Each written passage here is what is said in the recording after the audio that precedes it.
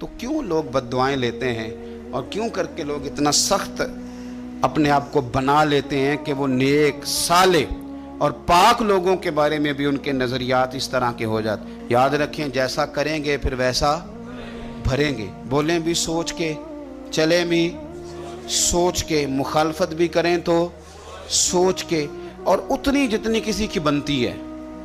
الزام بھی لگائیں تو خدا را اللہ سے ڈر کے, فٹافٹ نہیں, جلدی نہیں. آپ ہر چوتھے بندے کے بارے میں لوگ نہیں کہہ رہے فلانا پیسے کھاتا ہے, بھئی آپ نے دیے یا آپ گواہ بنے ہیں جب وہ کھا رہا تھا, آپ نے یہ کیسے بات کر دی. تو ہم تیزی کے ساتھ اس طرح کے اعمال اکٹھے کر رہے ہیں کہ جو ہمارے لیے اذیت کا سبب بنیں گے. میرے رب نے فرمایا احسان کرو, نیکی کرو, تاکہ بدلے میں تمہیں بھی نیکی ملے. حل جزاء الاحسان الا الاحسان. کیا ہے نیکی کا بدلہ سوائے نیکی کے؟ اپنی زندگی میں کوشش کریں کوئی بد دعا نہ لیں, کسی کو اتنی تکلیف میں مبتلا نہ کریں کہ پھر وہ رب کریم کے دروازے پہ جھکے اور ہمارے لیے وہ بد دعائیں کرے. لیکن بندوں کے بارے میں بندوں کا رویہ سخت ہو, اس کا لہجہ رب کریم کے بندوں کے بارے میں تلخ ہو, اس کے دل میں رحم کے, کرم کے میٹھے جذبات ہی نہ سرے سے ہوں, اور وہ کہے کہ میرے بارے میں نرمی کی جائے, تو یہ ہو نہیں سکتا, یہ ممکن نہیں ہے. ہم کیا کرتے ہیں؟ ہم اپنے تھوڑی دیر کے سکون کے لیے بہت سارے لوگوں کو تکلیف میں مبتلا کرتے ہیں. بلکہ بعض لوگ تو ایسے ہیں جو دوسروں کو مصیبت میں دیکھ کر خوش ہوتے ہیں. ان کو کل بھی راحت نصیب ہوتی ہے, کسی شخص کو مشکل میں دیکھتے ہیں, پریشانی میں دیکھتے ہیں تو بڑا انہیں سکون میسر آتا ہے. اور میں نے دیکھا ہے کہ بغلیں بجاتے ہیں, اور وہ باقاعدہ دلائل دیکھے ہیں, دیکھا نا ہمارے ساتھ ایسے کرتا تھا تو آج اس کا کیا حال ہو گیا. باقاعدہ لوگ یہ کام کرتے ہیں. وہ ہمارے درویشوں نے اپنے رنگ میں بھی ہمیں بڑے مسئلے سمجھائے ہیں, پر اللہ کرے ہماری سمجھ میں بات آئے. میرے نبی پاک صلی اللہ تعالیٰ علیہ وسلم نے فرمایا اپنے بھائی کو مصیبت میں دیکھ کے خوشی کا اظہار نہ کرو, اسے تکلیف میں دیکھ کر کبھی خوشی کا اظہار نہ کرو, ورنہ حضور فرماتے ہیں اللہ اس پر رحم کر دے گا اور تمہیں اس مصیبت میں مبتلا کر دے گا. آپ یقین کریں کہ میں نے دیکھا ہے کہ بھابھی کا خاندان کسی تکلیف میں آ گیا ہے تو وہ بجائے اس کے کہ ان کے لیے دعا ہوتی, لیکن شریکہ چل رہا ہے نا, تو تبصرے ہوتے ہیں کہ میں نے تو پہلے ہی کہا تھا یہ لوگ ٹھیک نہیں. یہ بامروت, با اخلاق اور وفادار لوگوں کا یہ رویہ ہی نہیں ہوتا. وہ تو گہرا دشمن بھی ہو, گہرا, اس کے بارے میں بھی دیکھیں نا میرے نبی پاک صلی اللہ تعالیٰ علیہ وآلہ وسلم کافروں اور منافقوں پر نرم دل نہیں تھے. ان کے بارے میں بھی حضور دعائیں کرتے تھے کہ اللہ انہیں خیر کی توفیق عطا فرما. تو کبھی بھی کسی کے بارے میں اس طرح کا رویہ اختیار نہ کریں, ورنہ وہ وقت دور نہیں کہ جب آپ اسی طرح کا ہمارا معاملہ عیب تلاش کرنے کا ہے. میں کس طرح کھول کے آپ کو یہ بات عرض کروں کہ لوگوں کا دل کرتا ہے کہ ہمیں خوبیاں نہیں کمیوں کا بھی پتہ چلے. ٹٹولتے ہیں کہ تو وہاں نہیں جاتا, تو جاتا تھا تو اب کیوں نہیں جاتا, اور تو اگر جاتا ہے تو پھر تو کوئی کہانی سنا, کوئی بات چھیڑ. یہ ہمارا مزاج ہے, ہم چاہتے ہیں. میرے رب نے ہمیں محدود بنایا ہے, ہم لامحدود کیوں ہوتے ہیں؟ اللہ نے ہمارے اوپر رحم فرمایا ہے کہ ہمیں دیوار کے پیچھے نظر نہیں آتا, یہ اس نے کرم فرمایا. اگر ہمیں نظر آتا ہوتا تو کتنے پردے کھل جاتے, اور بہت ساری چیزیں جو پردوں میں رہنی چاہیے تھیں وہ پردوں میں نہ رہتی. یہ اس نے کرم فرمایا ہے کہ ہمیں دیوار کے پیچھے نہیں سنتا, اس کو کرم سمجھو, پردے نہ کھولو. اگر ہمیں یہ خبر ہوتی کہ سامنے کیا ہے تو بہت سارے ہمارے معاملات خراب ہو جاتے. اس کا شکر ہے, اس کا کرم ہے. یہی بہتر ہے کہ پردوں میں وہ پردہ پوش رہے, اور وہ اگر پردے اٹھا دے تو کسے ہوش رہے. مہربانی کریں, آپ جو اللہ تعالیٰ نے ہمیں محدود بنایا تو لامحدود ہونے کی کوشش کیوں کرتے ہو؟ جہاں اس نے رکھا ہے وہیں رہنے کو اپنے لیے بہتر جانو, وہیں, ورنہ حالات خراب ہو جائیں گے. میرے نبی پاک صلی اللہ علیہ وسلم نے فرمایا, مسند احمد میں موجود ہے, حضور فرماتے ہیں لوگوں کی جاسوسی نہ کرنا, ان کے عیب نہ ٹٹولنا. بس حضور نے کہہ دیا تو کہہ دیا, نہیں ٹٹولنے تو سونیا تیرے غلام ہیں. सवाल ही नहीं पैदा होता कि हम कभी ये काम करें। हुजूर ने फरमाया किसी के ऐब न टटोलना। अगर तुमने किसी के ऐब टटोल के उसे रुसवा करने की कोशिश की तो फरमाया तुम अगर 7 पर्दों के अंदर भी बैठे हुए तो वहां भी अल्लाह तुम्हें रुसवा कर देगा। ये ना समझना कि मैं छुप गया हूं तो बच जाऊंगा, अल्लाह तुम्हें वहां भी रुसवा। तो कुछ जुर्मों की दुनिया में हम देखते हैं और उसका सादा तर्जुमा ये है कि जैसा करोगे फिर वैसा भरोगे, ये होता है, आप इससे बच नहीं सकते। और उस वक्त बंदा बड़ा स्मार्ट होता है, वो अपने आप को बड़ा तेज समझता है, वो कहता है मैंने पत्ता फेंका था तो मेरा पता चल गया है, देखा ना फिर। और कई दफ़ा मैंने देखा है शरीफ आदमी मजबूर होता है, वो क्या कर सकता है। शरीफ जो हुआ, शर और शरीफ इनका मुकाबला नहीं होता, एक चीज़ है इशारा, तो शरीफ उसका मुकाबला कैसे करेगा। बल्कि शरीफ आदमी तो कई दफ़ा वैसे ही बचता है, कहता है यार मतलब किसी तरीके जान छुड़ाएं, ये शार है और मैं बावजू रहने वाला आदमी हूं, मैं गंद में कैसे हाथ डालूंगा। वो बचता है तो लोग समझते हैं डरपोक है, हालांकि डरपोक और होता है और शरीफ और होता है। तो शराफत को लोग बुज़दिली जानते हैं। नबी पाक सल्लल्लाहु अलैहि वसल्लम के सहाबी हज़रत सईद बिन ज़ैद रज़ी अल्लाह ताला और अशरा मुबशरा सहाबी हज़रत उमर के बहनोई हैं। और ये हवाला मैं आपको मुस्लिम शरीफ से अर्ज़ कर रहा हूँ। हज़रत सईद बिन ज़ैद रज़ी अल्लाह ताला अन्हु वो खूबसूरत आदमी हैं जिन्हें दुनिया में चलते फिरते मेरे नबी पाक ने जन्नत की बिशारत अता फरमाई। बंदे का कद काठ देखें कि जन्नती बंदा, यानी इतना एतमाद हुजूर ने किया कि फरमाया इसके बाद वाले आखिरी दम तक के आमाल पर भी मैं जानता हूं ये जन्नतियों वाले काम करेगा। इतना बड़ा आदमी, लेकिन एक औरत ने आके झगड़ा शुरू कर दिया। अरवा उस औरत का नाम था। उसे आके हज़रत सईद बिन ज़ैद से झगड़ा शुरू किया कि ये जो मकान है ना आपका, इसमें इतनी जगह मेरी है। मुझे आप बताएं एक शरीफ आदमी से औरत झगड़ा करे तो बंदा जवाब में कुछ कर सकता है।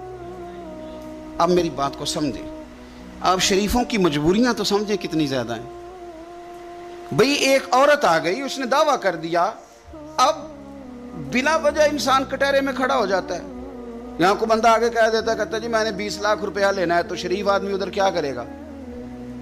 वो तो मुफ्त में, और दाएं बाएं बैठे लोग वैसे ही परेशान हो जाएंगे कि पता नहीं कोई बात होती है तो कोई आता है ना। उसने कह दिया कि मकान में मेरा हिस्सा है। और कह किसे दिया? उसे जिनके आमाल के सही होने की गवाही मदीने वाले रसूल ने अता फरमाई। उसने कहा जनाब ये मकान में मेरा हिस्सा है।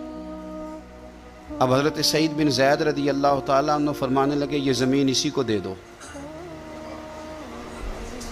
खत्म हो गई बात। शरीफ आदमी कैसे झगड़ा करे। अब मैं आपको एक बात बताऊं, अगर इस तरह भी बंदा कर दे तो बातें फिर भी होती हैं। लोग कहते हैं बिला वजह तो नहीं ना दे दी, ऐसे तो नहीं ना कोई दे देता 4 मरले, ओ भाई ऐसे तो नहीं ना। फौरन फरमाया हज़रत सईद बिन ज़ैद, फरमाया दे दो इसे। तो आपके अहले खाना कहने लगे हुजूर जब आप इसे क्यों दे रहे हैं। फरमाया तुम दे दो। मेरे नबी पाक सल्लल्लाहु अलैहि वसल्लम ने फरमाया जिसने एक बालिश्त ज़मीन पर नाजायज़ कब्ज़ा किया, अल्लाह क़यामत के दिन 7 ज़मीनों का तोक बना के उसके गले में डाल दे। फरमाया उठाने दो इसे, तोक इसे उठाने दो। और एक हदीस में फरमाया 7 ज़मीनों में धंसा देगा अल्लाह उसे, इसे उठाने दो, दे दो। लेकिन तकलीफ तो होती है ना। अब ये नहीं है कि कहाँ से इतना हौसला बंदा करे, दिल तो टूट जाता है ना कि यार मेरे ऊपर इस तरह इल्ज़ाम लगाना, और इस तरह किसी शख्स के बारे में, वो बंदा जिसने ज़िंदगी तकवे में गुजार दी, उस पर इतना घिनौना इल्ज़ाम लगा देना। अब हज़रत सईद बिन ज़ैद ने ना लोगों को कह दिया दे दो, लेकिन जब तन्हा गए तो दिल टूटा हुआ था, कलेजा फटा हुआ था, तबीयत परेशान थी। हाथ उठाए, कहा अल्लाह सच्चाइयाँ भी तू जानता है, झूठ भी तू जानता है, जाहिर चीज़ों को भी तू जानता है, छुपी हुई को भी तू जानता है। अल्लाह अगर ये झूठी है तो इसे अंधा कर दे, और अल्लाह ये जो ज़मीन इसने मुझसे ली है ना, फिर इसमें इसकी कब्र बना दे। बाद शारहीन ने लिखा है कि हज़रत सईद बिन ज़ैद तो पहले विसाल कर गए, लेकिन वो औरत ज़मीन तो ले ली, घर में रहती थी पर अंधी होकर रहती थी। ढूंढती फिरती थी, दाएं बाएं जाती थी, तो लोग उसे कहते थे क्या बना? कहने लगी कुछ ना पूछो, मुझे सईद बिन ज़ैद की दुआ लग गई है, मुझे लग गई दुआ। तड़पती थी, रोती थी। कुआं खुदवाया हुआ था, अमीर लोगों ने घर में कुआं खुदवाया हुआ था, तो यूं लगता है कि पानी भी कोई नहीं पिलाता था, कोई नवासा नवासी पोता पोती भी करीब नहीं आता था। पानी पीने के लिए कुएं में गई तो अंदर डूब के मर गई। उसका घर ही उसकी कब्र बन गया। देखिए ना, लोग उस वक्त समझ रहे होते हैं कि जनाब देखा ना मेरा पता चल गया, हंस रहे होते हैं कि देखा मैंने कितना रुसवा कर दिया, देखा फिर फलाना कितनी मिन्नतें कर रहा था, देखा। और तुम्हें पता नहीं, तुम क्या समझते हो कि जिसको तुमने रुसवा करना चाहा उसका किसी जो है वो वजीर मुशीर और बड़े आदमी से ताल्लुक नहीं था, तो वो तुम्हारे हत्थे चढ़ गया।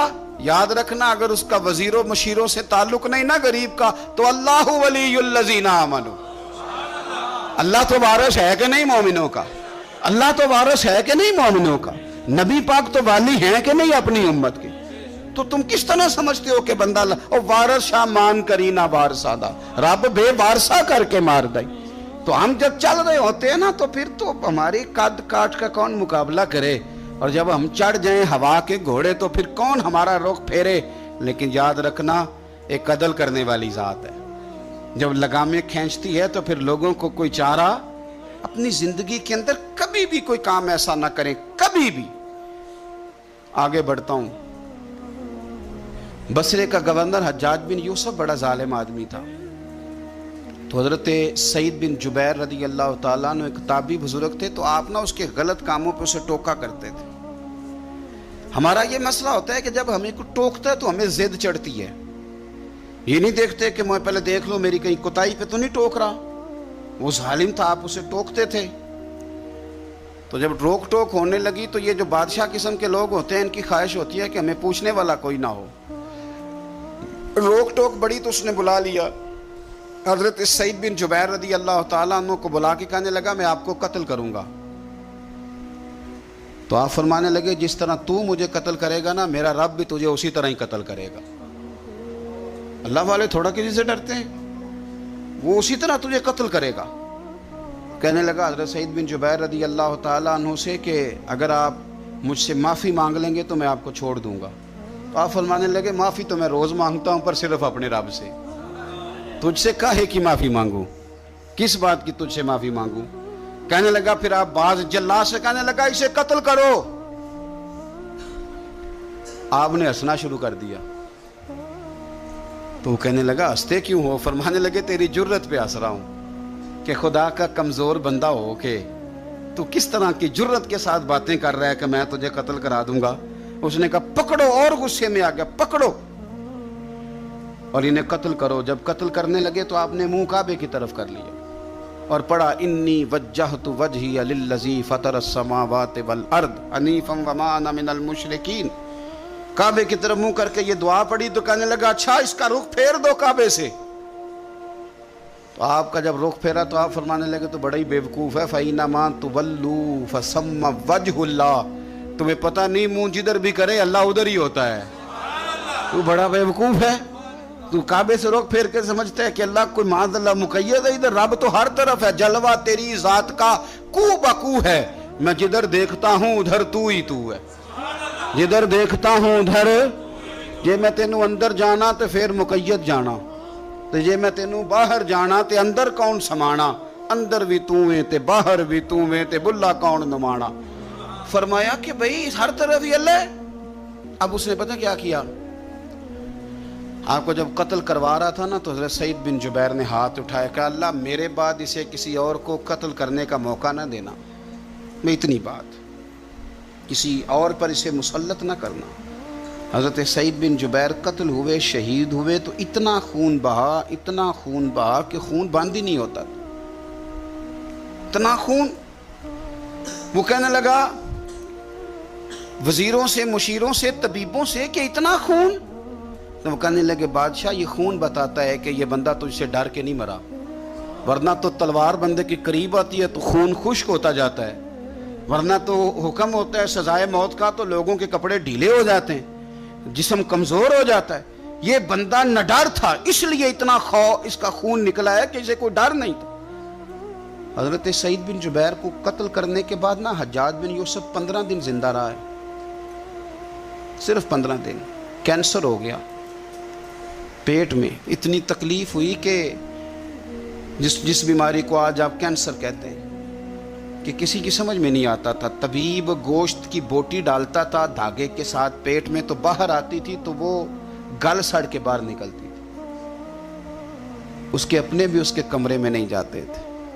او یارو، ظلم کرتے ہوئے لوگ سوچتے نہیں کہ اس کا حساب کتنا بھیانک ہوگا۔ رات کو چیخ مار کے اٹھتا، گھر والے کہتے تجھے کیا ہوا؟ وہ کہتا تھا جب بھی میں سوتا ہوں تو سعید بن جبیر میری خواب میں آتے ہیں اور میری ٹانگ پکڑ کے گھسیٹتے ہیں تو میری آنکھیں کھل جاتی ہیں۔ یہ جو بد دعائیں ہیں یہ تمہارے بستر تک تمہارا پیچھا کرتی، یہ نیندوں میں سوراخ کر دیتی۔ لوگ کہتے ہیں پتہ نہیں کیا بات ہے، سویا نہیں جاتا، تو میں کہتا ہوں پتہ کر لو، شاید کو بات نکل ہی آئے۔ پتہ کر لو، دیکھ لو، غور کر لو، توجہ کر لو، شاید کو بات نکل آئے۔ اگر نکل آئے نا تو پھر توبہ کر لو، اور اگر نکل آئے تو پھر معافی مانگ لو، اگر نکل آئے تو پھر اللہ سے ڈر جاؤ، اگر نکل آئے تو پھر احتیاط کر جاؤ۔ لیکن باتیں نکلنے پر بھی ہم ماننے کو تیار، تو یہ مت سمجھیں کہ جب انسان کسی کا ظلم کرے گا تو وہ چین کی نیند سوئے گا۔ جی ہو سکتا، جیسا کرو گے پھر ویسا، جیسا کرو گے پھر ویسا۔ مجھے بڑی ایک شخص کی، اور میں اس بندے کو داد دیتا ہوں، اس نے بڑی اعلیٰ ایک دفعہ بات کی۔ مجھے کسی نے بتایا کہ یہ فلانا آدمی اپنے باپ کا بڑا سخت نافرمان ہے، تو میں چلا گیا اور مجھے پتہ چلا کہ وہ بیچارے جو ہیں اس کے والد وہ تکلیف میں ہیں۔ تو میں نے جا کے ان سے کہا کہ آپ مہربانی کریں اس بچے سے کہ اپنے ابے کو راضی کر۔ تو مجھے کہنے لگا پیر صاحب آپ کے آنے کا شکریہ، پر یہ جو کر رہا ہے ٹھیک کر رہا ہے۔ میں نے کہا کیوں؟ کہنے لگے میں نے اس سے بڑھ کر اپنے ابا کو ستایا ہے، یہ ٹھیک کر رہا ہے۔ اور وہ روتا تھا شخص، وہ روتا تھا، کہتا تھا میں نے اس سے زیادہ زیادتیاں کی ہیں، تو یہ جو میرے ساتھ کر رہا ہے نا یہ صحیح کر رہا ہے۔